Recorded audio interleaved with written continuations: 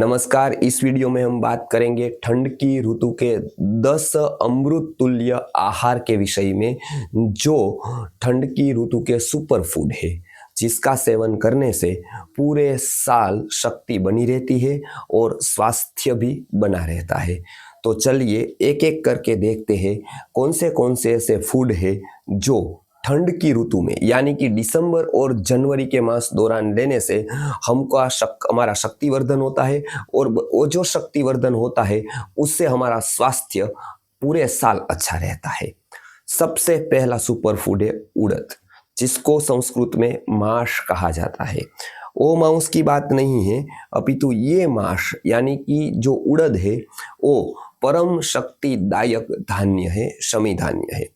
तो ऐसे तो वो भारी होने के कारण गर्मी की ऋतु में, बारिश में तो नहीं खा सकते हैं, लेकिन उसका खाने का एक सही वक्त ठंड की ऋतु होती है। क्योंकि अंदर जठराग्नि तीक्ष्ण होती है, बाहर अग्नि न जाए ऐसे छिद्र बंद हो जाते हैं ठंड के कारण। इसके लिए अग्नि अंदर ही बनी रहती है, और अग्नि अंदर रहे तो तीक्ष्ण हो जाती है, तो गुरु पदार्थों को, भारी पदार्थों को पचा सकती है। तो उड़द जैसे भारी पदार्थों को पचाने वाली अग्नि होने के कारण ये उड़द है वो पचने के बाद अमृत समान हो जाता है, युवाओं को शक्ति देता है, वृद्धों को भी शक्ति देता है, वायु के रोगों का रामबाण उपाय होता है। और खास करके जो लोग इस समय उड़द के अलग अलग रूप से सेवन करते हैं, दाल के रूप में, उसको आहार के रूप में, उड़द पाक के रूप में, तो उसको पूरे साल का स्वास्थ्य और शक्ति दोनों मिलता है।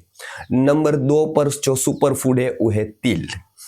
आयुर्वेद ने सबसे पहले तिल को पहचाना, और वो जो तिल है वो स्निग्ध है, यानी कि उसमें ल्यूब्रिकांट करने के लिए जो हमारे शरीर में चिकनापन होना चाहिए, उसके लिए तिल के अंतर्गत रहे जो तेल है उसका बहुत महत्व है। इसके लिए चरक सूत्र में बताया है कि तिल तेलम स्थावर जातानाम स्नेहानाम, यानी कि तिल में एक ऐसा स्नेह है, ऐसा लचीलापन है जो हमारे शरीर को रुक्षता, शरीर में रहने वाली रुक्षता को दूर करता है और एक प्रकार का ऑयलिंग कर देता है।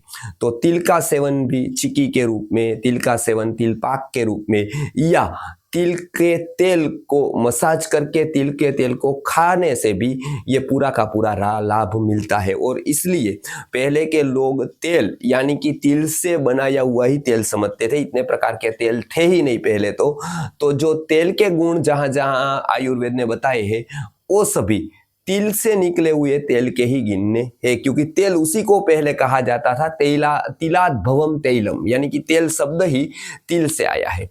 तो ये जो सुपर फूड है तिल, वो हर एक को खाना चाहिए। खास करके तिल को खाने से दांत अच्छे होते हैं, पाचन क्रिया अच्छी हो जाती है, और पूरे शरीर में स्निग्धता होने के कारण वायु से आने वाली रुक्षता में बहुत फायदा होता है। इसके कारण ही वायु पर ये बहुत एक अच्छी औषधि भी होती है तिल नाम की, यानी कि तिल केवल सुपर फूड ही नहीं है, साथ साथ में एक औषध भी है।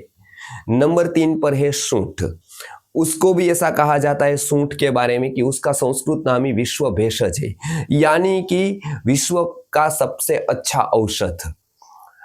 उसको आहार के रूप में भी अभी उपयोग कर सकते हैं और औषध के रूप में भी अभी उपयोग कर सकते हैं। कैसे करेंगे उपयोग?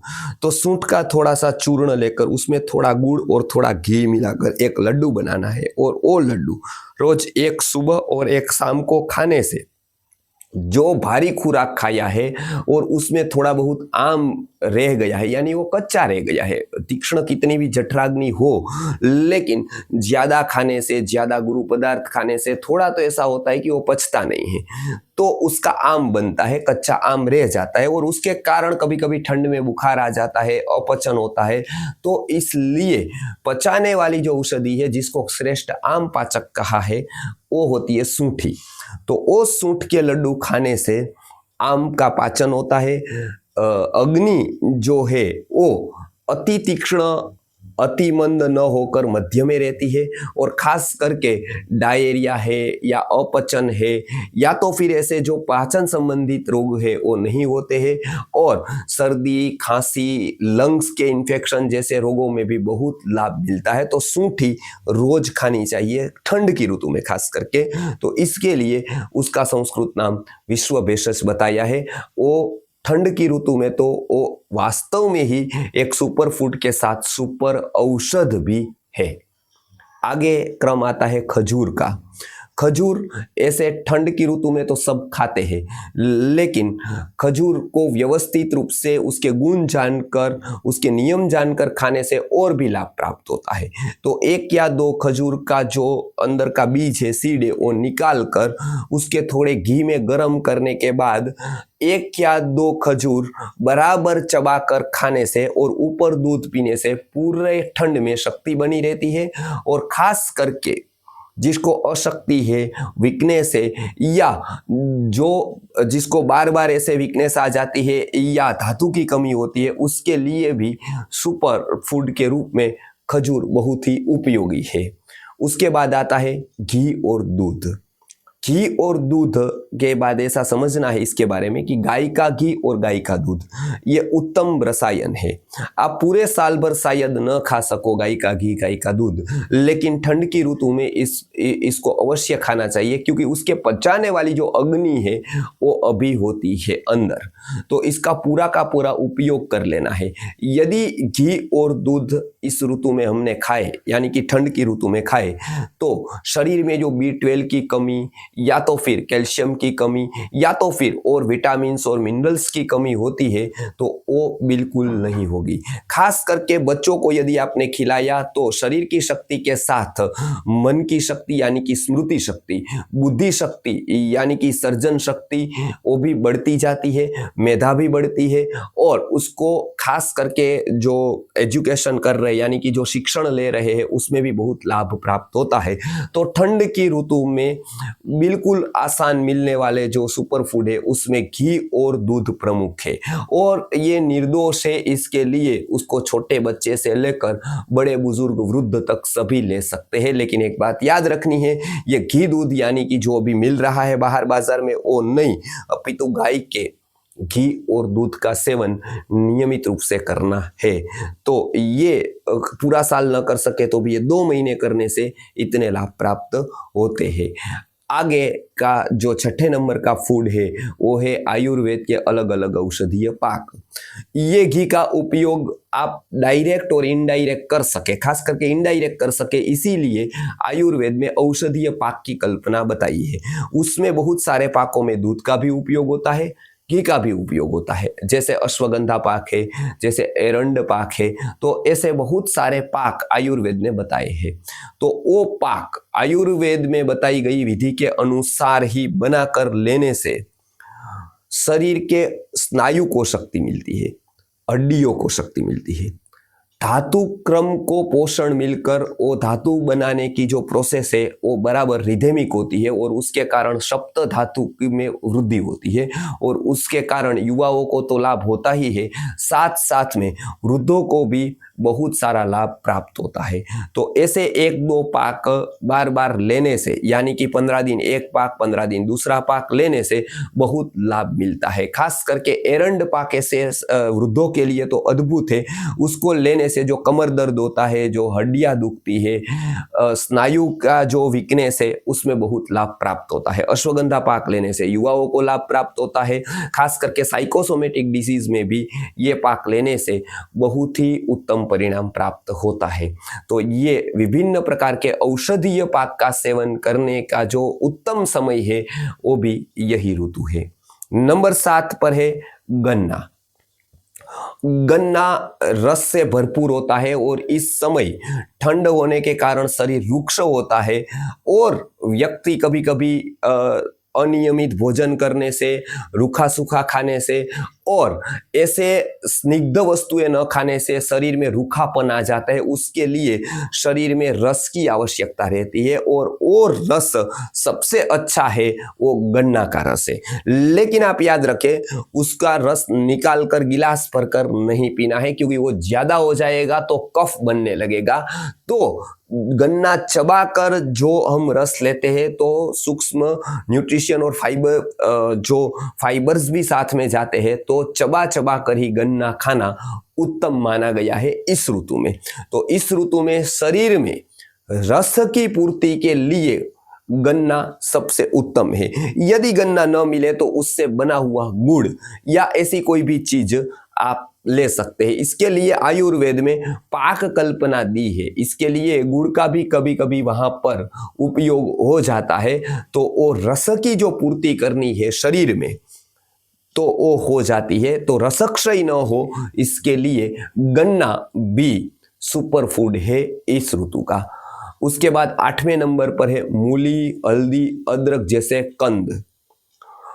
आपको पता है हम बार बार कहते हैं कि मार्गशीर्ष महीने में उत्तम है मूली। 1 लाख रुपए की भी मूली हो तो खरीद कर खानी चाहिए, ऐसी जो कहावत आई है वो मूली के गुण को दिखाती है। तो मूली अग्नि को प्रदीप्त करती है, कफ बढ़ने से रोकती है, सर्दी जैसे या तो लंग्स में जो श्वास जैसे बीमारियों में मूली एक औषध का भी काम करती है। साथ साथ में हल्दी में करक्यूमिन होने के कारण इम्यूनिटी को बढ़ाती है और बहुत सारे स्किन के रोगों में, कृमि में भी बहुत लाभ पहुंचाती है हल्दी। साथ साथ अदरक जैसा जो औषध है उसकी बात हमने सूंठी में तो कर दी है, लेकिन हरा जो कंद रूपी अदरक है उसको लेने से जठराग्नि प्रदीप्त होती है, सर्दी खांसी में भी लाभ पहुंचता है। तो ऐसे जितने कंद है उसमें से तीक्ष्ण उष्ण गुण वाले कंद जो है वो भी आते हैं और उसका अच्छी तरह से उपयोग करना चाहिए। 9 नंबर पर है ड्राई फ्रूट्स। जो बहुत सारे लोग तो ड्राई फ्रूट्स खाते हैं लेकिन उसको समझकर उसके नियम को जानकर वो लोग नहीं खाते हैं, वो चने ममरे की तरह ड्राई फ्रूट्स खा लेते हैं। तो उससे क्या होता है कि ड्राई फ्रूट्स के जो लाभ है वो तो उसको मिलते नहीं है, कभी कभी नुकसान भी हो जाता है, क्योंकि ड्राई फ्रूट्स बहुत गुरु होते हैं। तो गुरु होने के कारण, पचने में भारी होने के कारण उसको सोच समझकर और खास मात्रा में खाना होता है। यानी कि एक जो उसका एक नियम है, उसकी एक मात्रा बताई है, उसी मात्रा में खाना है। ज्यादा मात्रा में खाने से, नियम न जानकर कभी भी कहीं भी किसी भी समय खाने से कभी कभी नुकसान भी करता है। तो ड्राई फ्रूट्स अवश्य खाना चाहिए। बादाम है, पिस्ता है, खजूर है, काजू है, सभी छुआरा है, लेकिन उसका प्रॉपर उसकी मात्रा जान लेनी है। किस ड्राई फ्रूट के साथ कौन सा खा सकते हैं, कौन सा नहीं खा सकते हैं, कितनी मात्रा में खा सकते हैं और कब खा सकते हैं, ये सारा का सारा जानकर, आयुर्वेद उसमें क्या कहता है उसके नियम जानकर ही ड्राई फ्रूट्स का सेवन करना है। और अंतिम आता है 10वां सत्तू। आयुर्वेद में जो सत्तू खाने के नियम है वो जानने जैसे है। और आपको ये जानकर आश्चर्य होगा कि आयुर्वेद में सत्तू को सुपर फूड बताया है। तो इस ऋतु में तो सत्तू अवश्य खाना चाहिए। सत्तू को हम धीरे धीरे भूल गए और एक घरेलू होने के कारण उसको इतना महत्व नहीं दिया। बाकी एक ही सत्तू में बहुत अच्छी मात्रा में प्रोटीन होता है, अच्छी मात्रा में विटामिन होते हैं, अच्छी मात्रा में पोषक तत्व होते हैं और एकदम बनाना आसान है, घरेलू है। तो ये सत्तू को भी जानना है।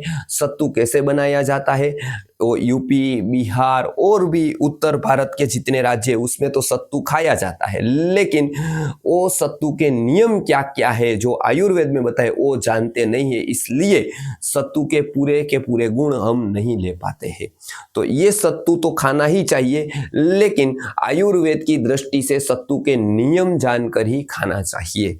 तो ये जो हमने 10 सुपर फूड के बारे में बात बताई, ये 10 सुपर फूड आप ठंड की ऋतु में खाएंगे तो ठंड की ऋतु में तो शक्ति बनी ही रहेगी, लेकिन वही शक्ति जो पूरे के पूरे साल काम आएगी और पूरे के पूरे साल स्वास्थ्य का संरक्षण होगा, शरीर में स्निग्धता होगी, रुक्षता से बच जाएंगे और रसादीनाम रसायनम यानी कि पूरे के पूरे साल रसायन का लाभ मिलेगा।